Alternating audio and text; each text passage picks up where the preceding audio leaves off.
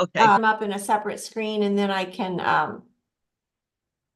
share my screen. Let me get them up first. Well, we can't vote on them anyway because we Okay. don't have a quorum, so we can just do that at the next meeting. Nancy, Joe, did you receive a draft copy of minutes? Yes, I have them. Okay, I'm pretty sure the mayor was in that batch. I know you Yeah. got an email in Yeah. a day. Also, more importantly, was Catherine Field's very thorough report from her conversation with Daniel Booth at the high school. Okay. Okay. Is anything in her report that we need to discuss? There were no action items, just a lot of food for thought. Okay. Okay. And we can think over those till next month, and hopefully we'll have and hold on just a second, because I want to can you tell me who I know Randy, who are the other members who are not here? Catherine Kathy Fields, and she normally would be here, so no problem with her. and Debbie Dunn. Debbie would normally hasn't really attended for a while. Okay, so Debbie, okay, I'll contact her. Van and Jance. And Jance. And I can call Rick right now. We had Erica Willis last time too. Right. Erica. Oh, that's 9 with Erica. Thank you. Okay, I'll when I get off here, I'll call Jance and Erica tonight while I'm still thinking about it and see if they're still interested.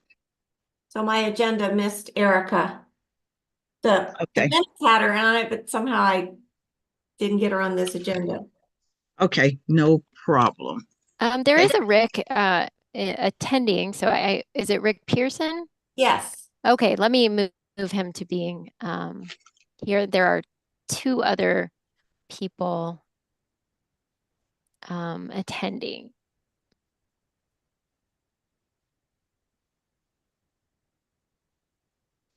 There we go.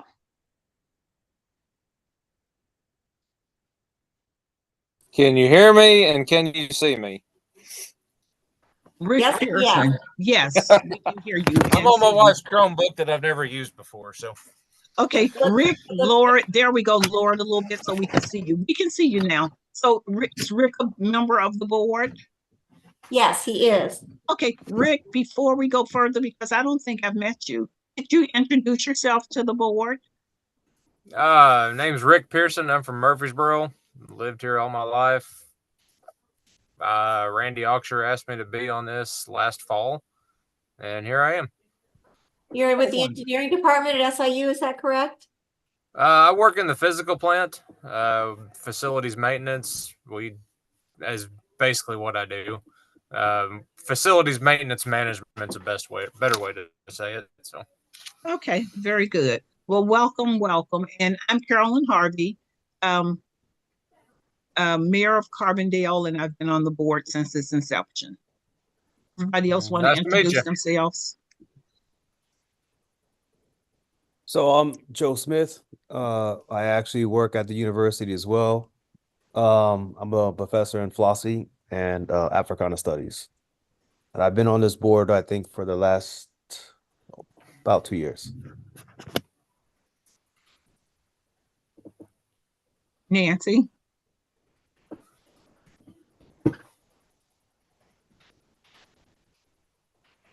I'm sorry, I had to step away. What are we doing? Can you introduce yourself to our new board member, Rick?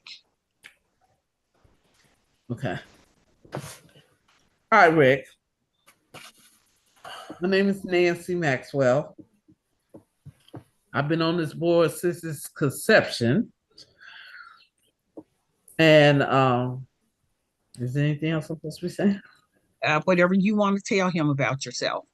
I'm a Carbondale City Council member, executive director of non-for-profit Carbondale United, and I'm the vice president of the Black Chamber of Commerce.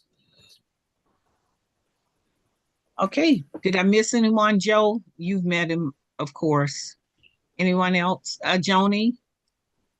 I'm an assistant state's attorney here. I'm fairly new to the office. I joined in July of 22. And Jennifer? Sorry. Hello, I'm Jennifer Robertson. I'm from the Carbondale Public Library, and I'm helping to make these meetings a little more accessible and public. And is Mary O'Hare citizen participation? Yes, I am. Can you hear Okay. me? Yes, Mary, we can hear you, and thank you Oh, so great. much for joining us tonight. Thank you. Okay, and if everyone would please just mute themselves unless they are the speaker, that way we don't get the background noise. Thank you. Okay, Joni, where were we? We were counting members in quorum. I think we Okay. have 9 members, but we have 4 participating. Okay, so we'll wait till next month to vote on things. Okay. Okay, what's next on the agenda? Minutes approval, which we can't do. Mhm. Citizen comments, that might be appropriate for Mary. Okay, Mary, would you like to comment? Can you hear me? Yes, we can. Oh, great.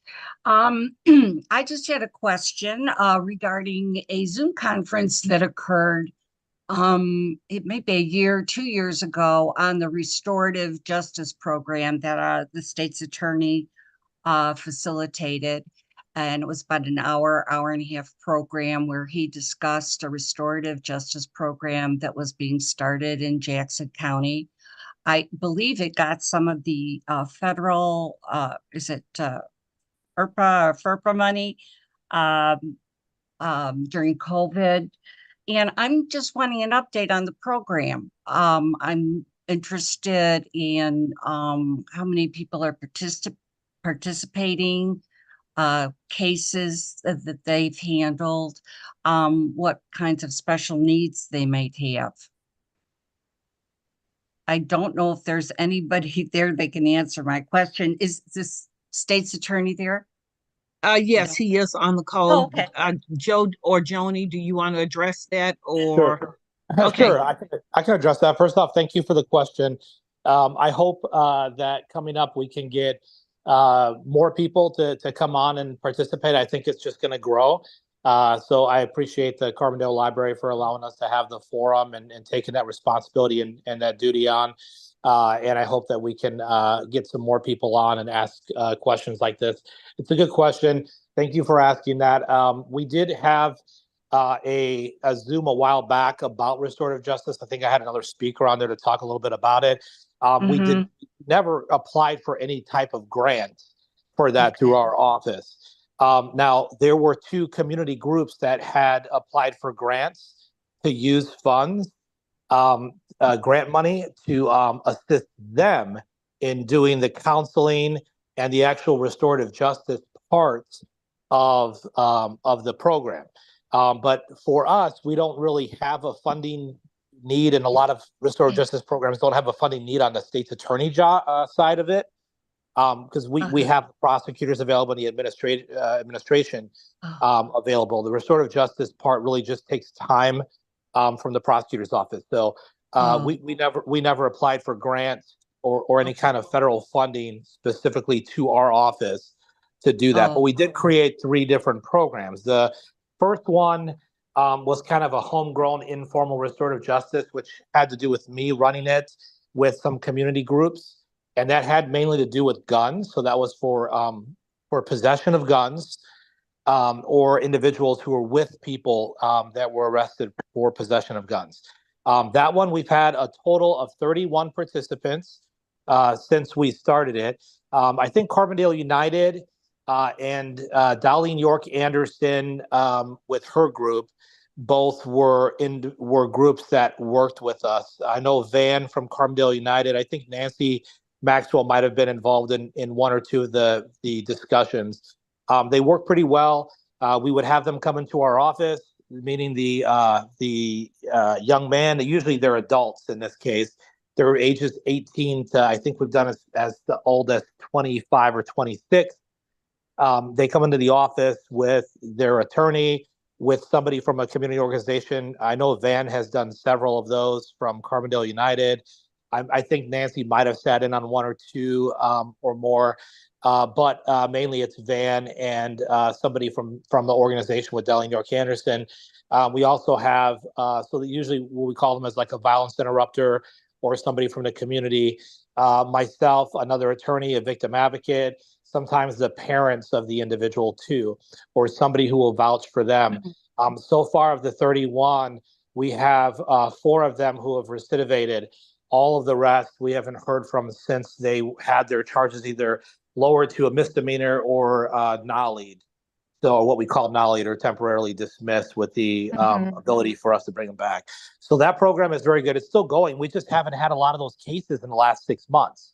And so that's worked out very well. The other one was a program straight funded through Dell York Anderson's program where we provide 2 juvenile names per month to her organization. Once we provide them to her, we do that instead of charging them with offenses. We provide their name and or their guardian's name to her organization. I believe she was funded for this, and then they contact the parents or guardians, and then they get back to us and let us know whether those individual juveniles participated or didn't participate. If they did participate, we don't go forward with the case. If they didn't, then our juvenile prosecutor decides whether to go forward or what to do with the case. And what is participating? That is something that we do not ask for our office. We leave for the counseling because every single one is different. So just like DCFS getting involved in a case, they come up with the safety plan that the parents have to do because each kid has a different need. So what they'll do is they'll assess the needs, have them do a few things. Sometimes that's speak with maybe a victim or go to a counseling session or do a drug or substance abuse evaluation. It's different for every child, and we do not ask questions on that because of the privilege between the counselor and the juvenile and guardians. So all we ask for back, all we do is we ask back that they participated in it and that they contacted the guardian, what the outcome was, which is completion, successful or not, and then we decide to do that afterward. And then the last one is still getting off the ground, and I know it's been a little bit, but it was a little bit tougher to get off the ground. It has to do with the law school, and it has to do with peer review, and we're doing that with Murfreesboro High School. We're still waiting on some, and it took a lot to get that together because there's a lot of permissions that have to be done when you're dealing with juveniles, and a lot of coordination with the high school. But we have one that has to do with peer review, and that one should, and I hope to move that one forward this summer. So those are the restorative justice things that we've done. And then we do a lot of, and Nancy and some others know, we do a lot of restorative justice generally. When people come in, they talk about their daughters, their sons, how they've been in trouble, what we can do to work. So there's a lot of informal, I guess, restorative justice in our office. But besides that, that's how it's going. The funding has been strictly to the organizations that assist us and not to our office. I have a couple of questions if you have time to answer me now or later, but what is the name of the program that Darlene is operating under that is getting funds? You didn't mention what that is. I would have to be back at my office to look and see, but we had created forms just for her program, and it's the group. I don't know if anybody remembers or knows the community group name. I know when she had retired and then started doing counseling on the side, she had proposed this program, and we just made forms for her to be able to fill out. Her exact, like the group name, I'm not exactly sure like what the grant is under. We just forward the information to her office. So well, I just want to mention, and anybody can go back and look at that conference that you participated in, and I believe Darlene and another person and myself. And one of the things we brought up was the fact that Jackson County has a history of doing restorative justice that probably started in the 1980s. And we worked with several church groups, and we discussed what is the more typical model for restorative justice that is used. And it doesn't sound like it's being used in any of these 4 programs. And for those of you who are not familiar with that, I just want to say I think it's a real community building method. I wish that one of these programs would try using it, because what it does is it brings together various components of the case involving the young person usually, which means that they have the people that have been somehow impacted by the case. so that they can share with the person who is considered to be the perpetrator its impact on their life, and then a community member that talks about the impact of the community. And then the fourth, of course, is the person who is the trained mediator to facilitate that discussion between those other three components. So I would ask for those of you who are not familiar with restorative justice, I worked in it in the past for 20 years, traveled to a couple of places like Northern Ireland where it's really in place. It studied it, had a lot of training. And it's a very powerful program. And I really like the model that is more formalized, involving those various aspects of any type of criminal activity, so that the young person learns. I've participated in those and they're very transformative. So And Mary, I appreciate that. And that's the model that we set out to do initially. The only issue that has been is resources. So the mediators come and go. And I know Darlene was trying to get mediators trained, and that had been a problem. And some of her grants were meant to do that. So her program kind of fell to a more informal one where they work with the parents. The thing with the victims that I found over the last 3.5 years is that many of them don't cooperate. And many of them are you got to remember that with that model, and when you study the model, you'll read about how it is participant, voluntary heavy. Oh, absolutely. So I have studied it. So the mediator, we can eventually certify the mediators, because I know she had money to do that, and we have a couple names for that she uses. But then the victims actually have to be willing to take off work or to meet with us. Additionally, the guardians, if the person is under the age of 18, the guardians are very, very difficult. And we found that out with Darlene's program to get a hold of and to participate. And then a lot of the victims are like, well, as long as something's done, a lot of them, they have to volunteer for this. And so what I found is we pick through the cases that are all kind of in the scope of ones that would be good for a restorative justice model. And of all those, we start thinning that group out by how many of them have willing participants.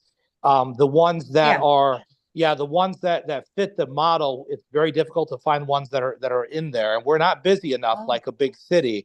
The ones that have been so serious don't fit that model. And I have to go to the violence interrupter model, which has worked very, very well for Jackson County. So I've tried to be flexible based on the needs of the community. And I am open to using any of those models if they, if we need to have that. But the big thing is having the mediators. And then once we have the mediators, getting the participation. Yeah. And we did have it before here in Jackson County, Williamson County, and we went to some other counties as well. And we didn't have a whole lot of people who were considered perpetrators that were willing to participate. It was a choice that they absolutely had to make, and that their guardians had to make. So I understand that, but it's not so much about the numbers, but applying that model to the few cases that you can and trying to build on it. So I think there's a lot of successful models out there. It's even been extended in other places to adults. So who at the law school is working on this with Murfreesboro School? So one of the 3L law students has been working on this with Professor Alexander. Okay, thank you. Well, thank you very much. You're welcome. And lastly, just on that, the only thing that's missing really from those gun cases is the victim. We have a mediator. We have somebody we've replaced basically the victim with with the community outreach coordinator or with the violence interrupter, because we specifically had needs for taking care of juveniles that are possessing firearms to make sure they don't take the next step, and that's using those firearms. And so we use that model, but we found that there are many crimes that we need here in Jackson County to talk to the juveniles about and the young men and women about. And those are kind of they're statutory crimes without victims usually. And that's where the model kind of fails if you don't have a specific victim. Like if he's carrying a submachine gun, which we had this last year in the fall, into a subway, not meaning to rob it, just had it on him and walks out. Who's the victim there? He didn't do anything. But he had a machine gun on him. So we had to find a way where our restorative justice model fit the needs of our specific community. But I am open to any suggestion as far as the other ones that would love to work with any group. Okay, thank you. Thank you, Mary, for the questions, and thank you again for being here. Okay, next, Joni, what's on the agenda? Any communications? Joe, are you aware of any communications directed to the Citizens Advisory Board? No, Joni, I am not right now. Okay, then the next item would be questions for the state's attorney. We may have already dealt with that, and then committee reports and chair report. So questions for Joe and then chair report. Any questions for Joe? No? Okay. Joe, did you want to report on the drug court? Didn't we have a second graduate for that? Yeah, so there was a second graduate, I believe, on the 25th, which was last Thursday, I believe, maybe, or no. Well, I don't know what date it was. Yeah, okay. Yeah, so that was the second graduate of drug court. We still have about the same amount. We stick around anywhere from 8 to 12. We do have individuals that, and Joni was able to go to that. I had some obligations upstairs from there at the time, but Joni saw that graduation. I'd like her to say a couple words about that when it's time. As far as anything else, the report's very similar to the other things that we talk about. We have an MDT meeting, which is for the child victims of certain crimes. That meeting happened last Wednesday, as usual, as scheduled. Safety panel meeting between the superintendents and counselors and our juvenile prosecutor occurred again at the police department as usual. And also, we have one in Murfreesboro as well. And then the usual meetings that our office goes to, nothing has changed there. Our jail population is at 97 right now. This time last year, 135. So again, jail population this year or since September 18th, which is where the Pretrial Fairness Act took effect, has still been steady, just under 100 individuals on the jail at one time. The only other things to report, we did have, it says events and highlights. We did have a story about our state's attorney's office and reaching out and working with the community and our felony counts. We have had felony counts higher than ever before, but I've been trying to spread the message that a lot of these things like drug court, diversion programs, things like that, even cases that we don't hear about, that we've worked with their families, those cases, those don't happen. The good that we do don't happen usually if we don't have those cases filed, so we can work them and get people to resources that need to get to resources. So we had a good story there from WSIL and from a few other outlets about that. And then we have a lot of movement right now. There was a murder that occurred in 2022.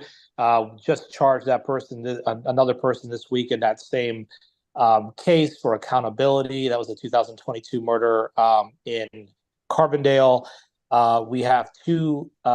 We just charged today, and I think the news release is still being prepared, but it is public information now that we arrested and charged. I think I charged today an individual with a first-degree murder for an arson that took place on Rawlings Street in Carbondale. And then we have two sentencing hearings that are very noteworthy this week. Edward Weaver, who was convicted by jury trial of attempt murder in Murfreesboro. And then we have Gregory Hopkins, which is very important in the domestic violence community. And for counselors, this was a domestic battery that later on turned, some months later, turned into a domestic that resulted in the death of Gloria Hopkins in Carbondale.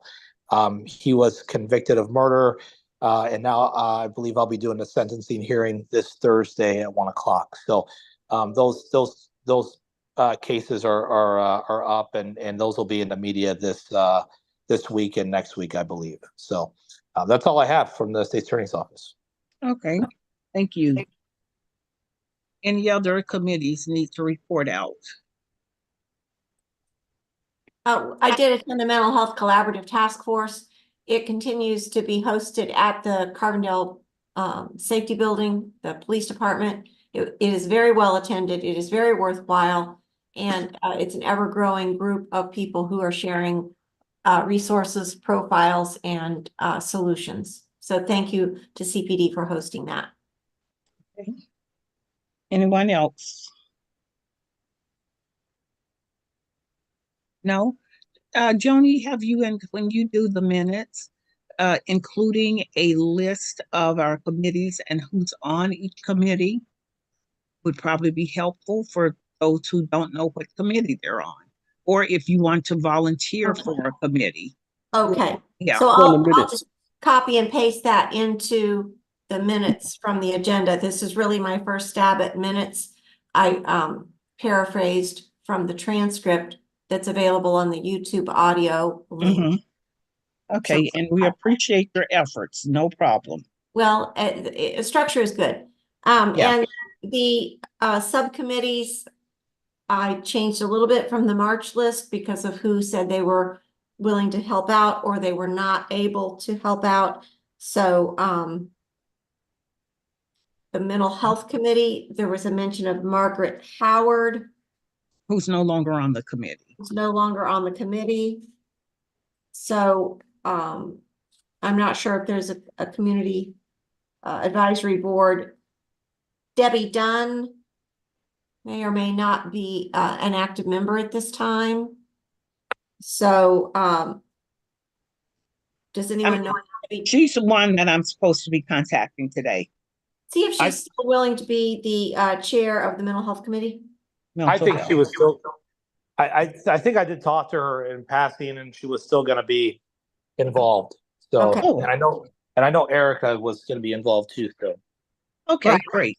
So there may not have been some perfect note taking and transposition. So speak up if you're not linked to a committee the way you think you should be.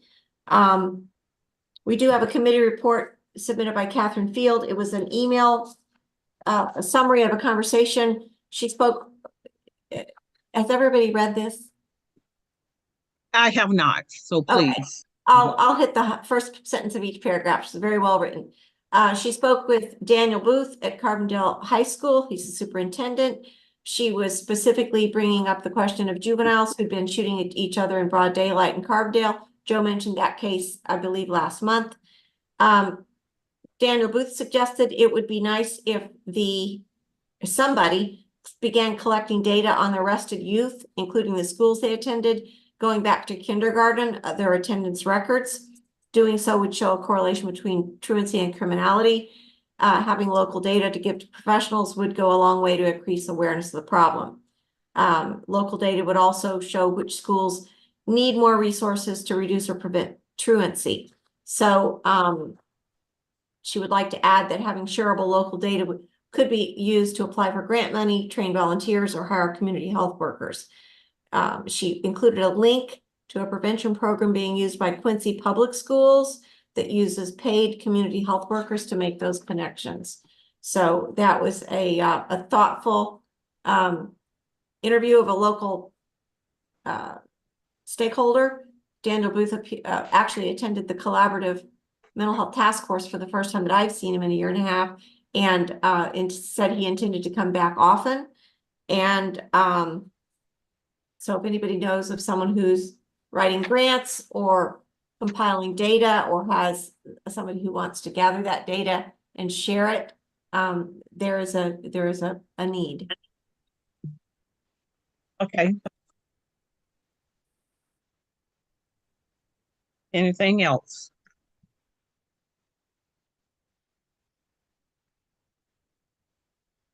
Think the fundraiser, oh, I see what my mistake is. I was looking at the March agenda, they had Margaret Howard, I got my pages mixed up. Mental health is Debbie Dunn.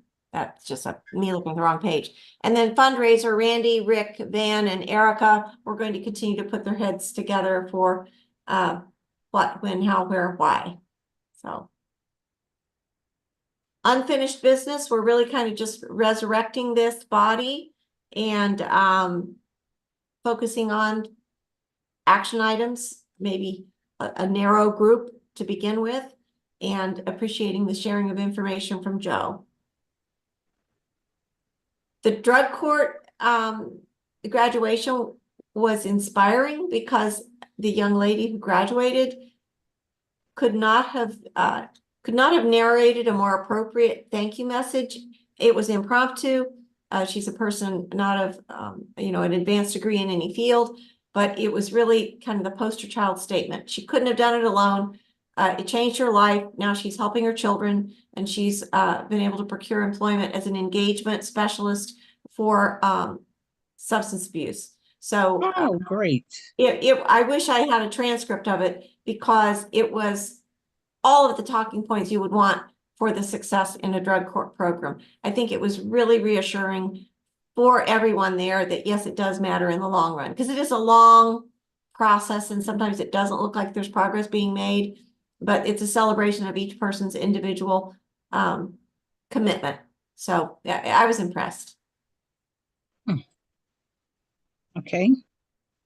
Is that it? That's it. Wonderful. Any comments or feedback? Okay.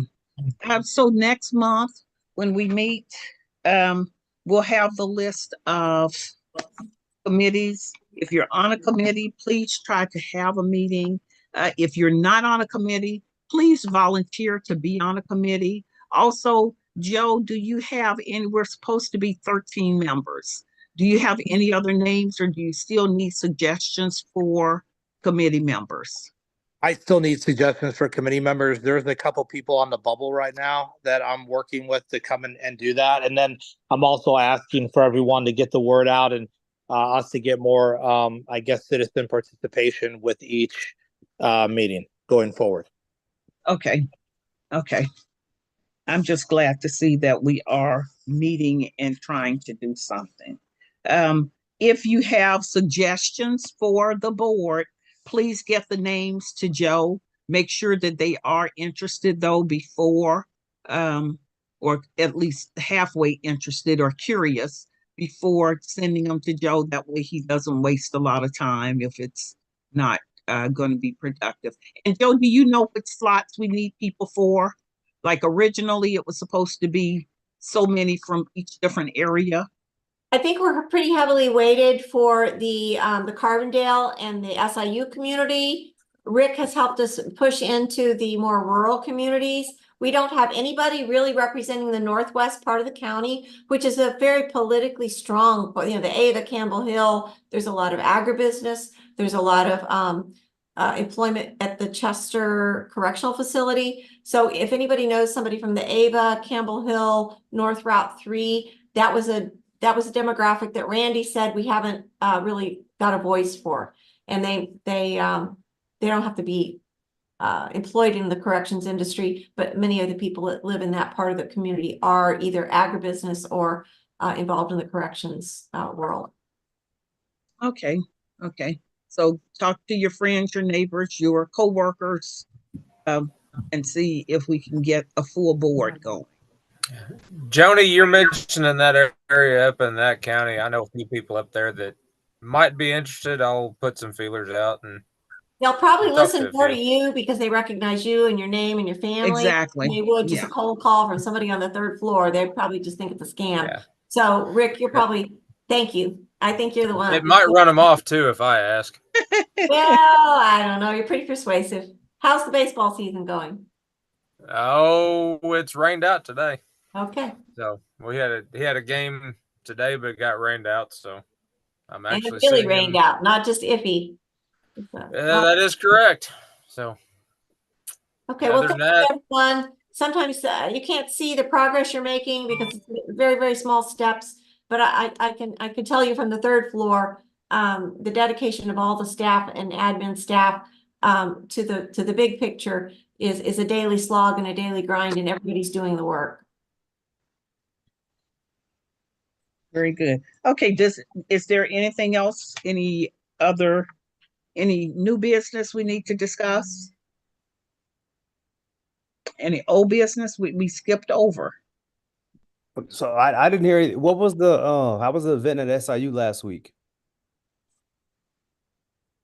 The Tuesday Which part, event? the Monday part was canceled, and it ended up being the Oh. Saturday healing event, and the weather interfered, and Mayor Harvey has a recap. Oh, is this the event that was Saturday? Yeah. Yeah.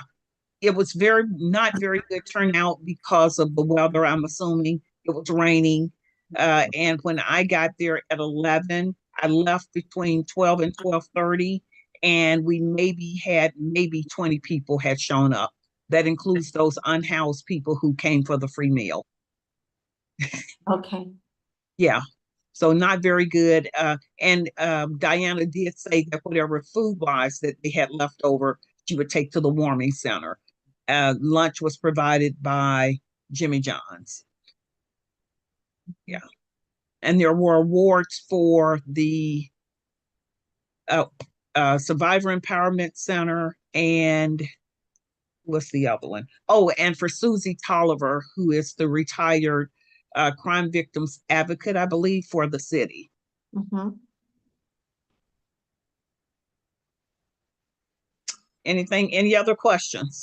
I know Monday, there was another event there. It was the All Species Puppet Parade, and that may have been a conflict for just participants, but that was a good turnout. Good. So I don't know why the event on Monday that was scheduled for SIU Student Center, I don't know why it was it didn't come together, but I heard from Joe that for somebody. The workshop, is that Mhm. what you're referring to? Right. Okay, that was canceled because, and well, this is what I've heard. That was canceled because probably a week before, the everyone needed to do a background check, and there wasn't sufficient time to get that done. Okay. Yeah, it was due to grant requirements. Yeah. So. Yeah. And I think that lessons learned. I've talked to some people about it, and we'll figure that out because there'll be another, time to do this too. So we'll be good. Mm-hmm. But the promo materials are getting out and about, and they are very professionally done. Mm-hmm. I think it was this. I know Saturdays was very well organized. I saw the posters in several locations. So yeah, I think if the weather had cooperated, it would have been a much more successful day. Does everyone have okay, question. So are we going to meet via Zoom in the future? Does everyone prefer to meet via Zoom? I guess I'll change that. I mean, for I me, do. it's easier just because I'm not always in Yeah. Carbondale. Okay, Joe says yes. Nancy? Yes, I'd rather Okay. do Zoom. Okay, Rick? Zoom works for me pretty well. I can do in person, but Okay, Zoom that I means can actually do from a baseball field too. okay, and that means you're going to have to learn how to use that Chromebook. Normally I do it on my phone, but Okay. I was just using her Chromebook, and yeah, I had to figure something out on it. Okay, no problem. And Joni, So. it works better for you also. I like it a lot. Okay, so we will plan on doing Zoom. So are we meeting on Thursdays in the future, or did we change it to Monday? I have Thursday, May 16th as our next meeting date at 6:00. I really like the Mondays. I don't have Monday.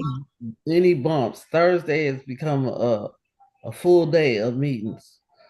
So is this where's my okay, so for Thursdays, this month was an unusual month from Mondays because there are 5 Mondays in the month. That's not going to happen every month. Mhm. Does the fourth Monday of the month work for everyone? And I'm going to have to look at my calendar to see. When is So- Memorial Day? Yeah, I think it's Yeah. the fourth Monday in May. What So about the Monday after? Yeah, what about the 20th? I have a standing 6 o'clock on the third Monday. And I have a standing 6 o'clock on the second Monday. And for May, I have a 6 o'clock already scheduled. I mean, a 5:30, but that will only be for May. And yeah, that would only be for May, I think. Let's see, June.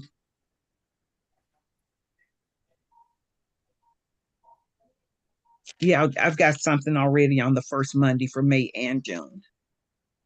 But I don't have to be at the meeting. Someone else, we have a co-chair. Randy is the co-chair. So if the fourth Monday works for everyone except for May, we can do that. But not May, Not May. because that's Memorial Day. Okay, let's see. May and June, I already have something booked. July, the fourth Monday in May would be, is that the 20th? I mean, in July, is it the 22nd? Oh, July actually has 5 Mondays. So if we keep it on, and I'm available on the fourth Monday of July. So do we want to stick with the fourth Monday? I can do that. Okay, and is 5 o'clock good for everyone? Yes. Okay, and I'll put it on my calendar so that if one of those other meetings canceled, I will join, but if not, Randy is co-chair. So, but for May, we're gonna have to bump it back to the 20th. May, that may be, yeah, May 20th, yeah. And we said 5 o'clock, right? So my other meeting is at 6, so I may be on for part and then get off at by 6, if So we're we're on going that long. May the 20th, which is a Monday at 5, and 1, 2, 3, 4. June the 24th at 5, which is a Monday. And then July the 22nd at 5 by Zoom. And I'll put those meeting dates at the end of the minutes so that everybody sees them and can block them out or plan ahead. Okay, So if we just had one committee report every month, we could make progress. So maybe do some soul searching about maybe Nancy, I know you're a follow through kind of gal, and pick the busiest person you know. And maybe yeah, to get something done. Maybe Nancy can help us out with domestic violence, and especially on the heels of these 2 cases that Joe's doing the sentencing on. You can help maybe just wrap the frame around that is for what you see in Carbondale United and your other not-for-profits. Okay. So we're going to put you on the hot seat for May. Hey, Nancy, too, sorry to interrupt about the scheduling. Nancy, I think that you've helped out with the Hopkins family before I get you off. Yes. Is there any way, that the family is coming from out of town? They'll be around on that Thursday, this coming Thursday. If there's anybody from your organization that wants to assist the family or be there with them, that would be a good day. Okay. This Thursday. This Thursday, yes. At I'll what text time? you after this so we don't Okay. hold everybody in. But okay. All right. Thank you. Anything else? Well, you can't see Joe's face, but I know he's happy about this. And thank you, everybody. I know you've got other things you could be doing right now.